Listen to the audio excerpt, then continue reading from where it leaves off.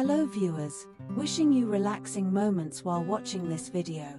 In this part we begin a new journey of Tieu Hue as she completely cuts ties with her brother and steps into a harsh life to take control of her destiny, while at the same time, Tuan returns to a luxurious villa and is addressed as a young master, revealing a hidden identity far different from his simple appearance.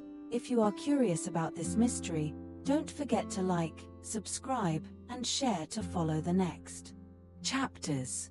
After leaving the house of betrayal, Tieu Hue began a new life filled with loneliness but also strong determination. She was no longer the weak girl who waited for others to save her.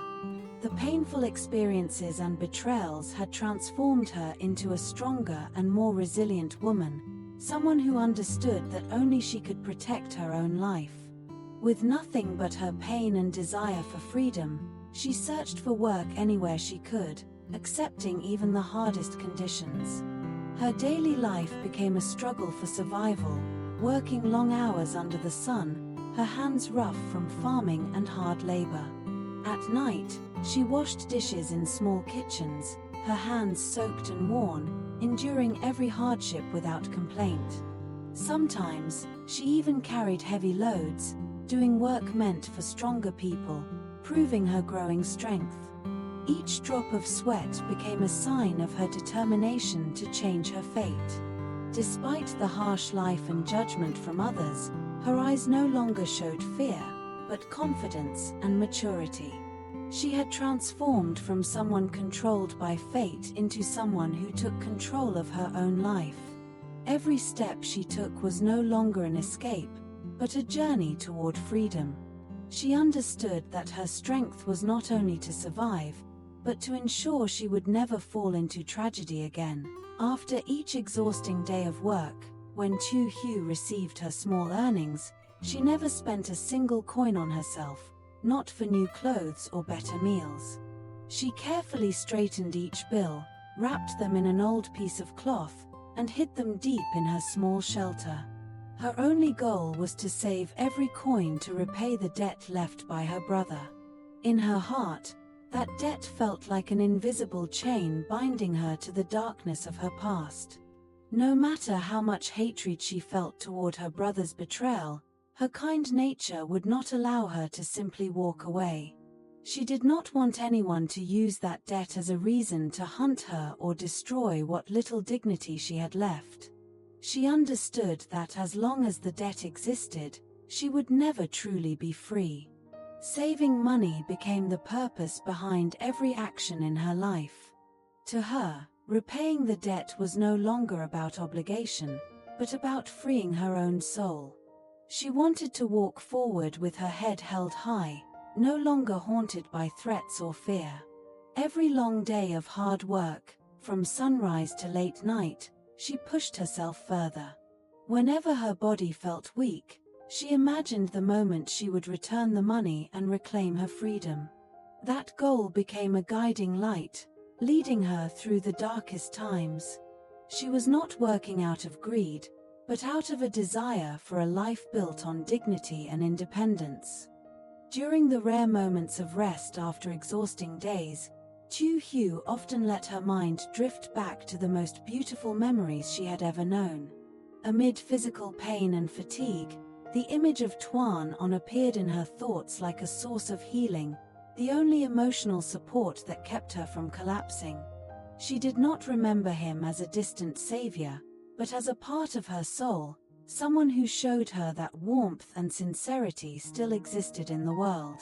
The peaceful days they shared near the forest returned vividly, as if they had just happened yesterday. She remembered working beside him in the garden under the morning sun, their quiet laughter blending with the gentle breeze. She remembered the scent of forest tea filling the small wooden house, where they would sit together in silence, understanding each other without words. Those simple moments became priceless treasures in her memory. From those memories, a gentle dream began to grow in her heart. She promised herself that after repaying the debt and gaining her freedom, she would return to find him. She did not dream of wealth, only of standing before him with confidence, no longer burdened by fear or debt. In her dreams, she saw a simple life together, building a home, raising children, and living in peace. That dream became her greatest motivation, helping her endure pain and loneliness. Her love and belief in Tuan gave her endless strength to face reality. No matter how harsh life became, she continued forward, guided by the hope of a future where love would finally bring her peace. Even though her heart was filled with love and longing for Tuan, Tieu Hue forced herself to remain painfully rational. She understood that her love was real, but the burden she carried was also a harsh reality she could not ignore. She refused to be selfish, not wanting her weakness to pull him into the dangers and debts she faced. To her, loving someone meant more than being together, it meant protecting them from harm. With that belief, she made a difficult decision: she would carry the entire debt on her own. She rejected any thought of returning to him for help, determined to stand on her own. She wanted to return only when she was free from debt, able to face him with dignity and confidence. Her independence was not distance, but a way to protect their love from hardship. She accepted the hardest work and the loneliest life, saving every coin to repay what she owed. Each moment of exhaustion became meaningful because it kept him safe from danger. Her sacrifice was silent, unseen, carried out in isolation without recognition. She chose loneliness over risking his peace, believing it was the only way to protect him. This inner conflict tore her apart. She longed to return, yet forced herself to stay away. Through this sacrifice, she transformed into someone stronger, proving her love through action rather than words. While Tieu Hue struggled through a harsh life on the edge of society, a completely different truth about Tuan began to unfold, opening a new chapter filled with mystery. After days of searching for her without success, Tuan was forced to temporarily stop and return to where he truly belonged. But the place he returned to was not a simple wooden house, it was a luxurious and vast mansion. As he arrived, the servants bowed respectfully, addressing him as young master, revealing a hidden identity far beyond what Tieu Hue had known. The contrast between his simple life in the mountains and his true status created a deep mystery around his past. Why would a wealthy and powerful man choose to live alone in the forest, working and living like an ordinary person? Was he escaping from family pressure, or hiding a secret plan unknown to others? Standing in the middle of wealth, his expression remained distant, his thoughts far away from everything around him. His mind was still with the small house in the forest, where Tieu Hue once stood beside him. This hidden identity became a major turning point, raising questions about whether their relationship could survive such a gap. If she discovered the truth, would she return to him, or feel too distant to come back? Would his power help him find her faster, or become the barrier that separates them forever? Their story now stood at a crossroads, where love, status, and fate were about to collide in unexpected ways.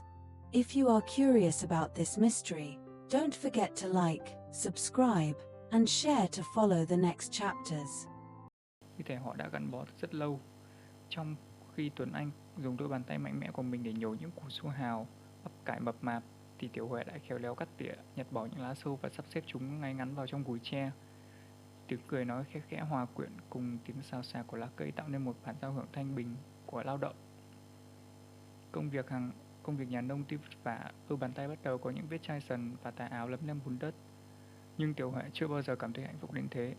Cô trân trọng từng giọt mồ hôi rơi xuống mảnh đất này, vì đó là mồ hôi của sự tự do, của một kiếp người đang được tái sinh từ đống tro tàn của sự áp bức. Sau khi gùi hàng đầy ắp những nông sản tươi ngon nhất, hai người lại cùng nhau gùi hàng xuống núi để kịp phiên chợ sớm. Đường rừng dốc, đứng và trơn trượt, nhưng mỗi khi Tiểu Huệ mệt mỏi, Tuấn Anh lại lặng lẽ dừng bước chờ đợi, chủ yếu đỡ lấy phần gùi gánh nặng hơn cho cô.